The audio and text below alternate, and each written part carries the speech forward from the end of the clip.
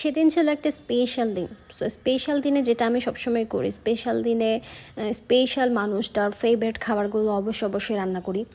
সেটা চাইলে আমি হই অথবা আমার হাজব্যান্ড। তো আজকে এটা আমার ফেভারিট খাবার, এটা আমি বানালাম নিজের জন্য প্লাস হাজব্যান্ডের জন্য, কারণ আমার ছিল বার্থডে। তো এই বার্থডে উপলক্ষে আমি নুডলসটা বানালাম, আর তার উপর আমি চিকেনটা ফ্রাই করে আর তার উপর আমি চিজ দিয়ে দিলাম। আর এটা আমি জাস্ট হট বক্সে রাখলাম আর একদম সুন্দর করে চিজটা মেল্ট হয়ে গিয়েছে। এই খাবারটা আমার অনেক বেশি ফেভারিট। তো এবার বুঝেন ঠালা, এই খাবারটা খেয়ে খেয়ে আমি মোটা হয়ে এভাবে করে ফুলে যাচ্ছি। আর এই খাবারটা আপনার বাসায় ট্রাই করতে পারেন, স্পেশালি যাদের বাসায় ওভেন নেই, তো তারা তো আমি বলবো মাস্ট বি ট্রাই করেন এভাবে।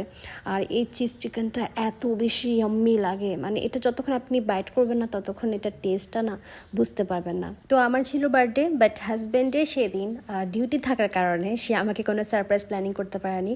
তাই বাইরে থেকে নাস্তা নিয়ে আসছে, মানে যা যা আমরা বিকেলে পছন্দ করি। আমাকে বললো যে তুমি আজকে রান্নাবান্না করিও না, আমরা রাতে বাইরে খাবো, আর বিকেলে নাস্তা আমি ডিউটি শেষ করে আসার সময় নিয়ে আসবো। তো ফুলকলির এই গাজরের হালুয়াটা আমার এত বেশি ফেভারিট, সেটা বলার বাহিরে। মানে জানি না আপনারা কারা কারা ট্রাই করেছেন। এটা গাজরের একটা স্মেল থাকে, সেটা তো থাকেই না, প্লাস ক্ষীরের একটা স্বর থাকে যেটা এত বেশি ইয়াম্মি লাগে। তো যাই হোক, হাজব্যান্ড ডিউটি থেকে আসার সময় কেকটা লুকিয়ে কিনে নিয়ে আসছে, আর ফ্রিজে রাখার সময় কিন্তু ধরা পড়ে গেল। তো ফুলকলি হচ্ছে একমাত্র সম্বল আমাদের প্রোগ্রামটাকে একদম স্পেশাল করার জন্য, কারণ এখানে ফুলকলি ছাড়া না সিজল বা ধনওয়েল ফুড এমন কোনো দোকানেই পাওয়া যায় না। তো ফুলকলি শেষ সম্বল।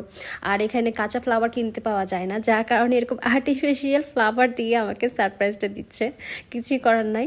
আর যদি এখানে আমার নামটা আনিকা লিখা, বাট ও আমাকে কখনোই নাম ধরে ডাকে না, মানে ও আমাকে এই বলে ডাকে, আমি ওকে এই বলে ডাকি। যত বছর পার হচ্ছে, বার্থডে সেলিব্রেশন করছি, তত বেশি বয়সটা কিন্তু বাড়ছে। তো আমার এই বার্থডেতে কত বছরে পা দিলাম সেটা না হয় নাইবা বললাম। আমাকে দেখে একটা পিচ্ছি মেয়ে অনেকে মনে করেন, সো ওইটাই মনে করতে থাকেন, নো প্রবলেম।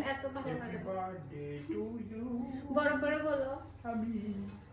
আমি না, বড় করে বলো। হ্যাপি বার্থডে তুমি বলো। গান করো।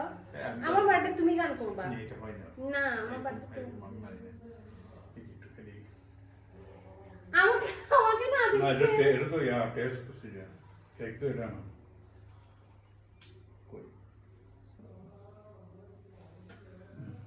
খাও কেসি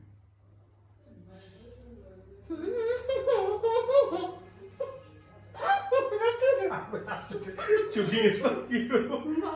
প্রায় প্রতি বছর ওর আর আমার বার্থডে বা আমাদের ম্যারেজ অ্যানিভার্সারিতে আমরা দেখা যাচ্ছে কক্সবাজারে কোনো একটা হোটেলে উঠে গেলাম কয়েকদিনের জন্য, বা কোনো রিসোর্টে চলে গেলাম কয়েকদিনের জন্য। তো এবার ও কোনো ছুটি পায়নি, যার কারণে আমরা ঘরোয়াভাবে এভাবেই ছোটোখাটোভাবে আমরা বার্থডে সেলিব্রেশন করলাম।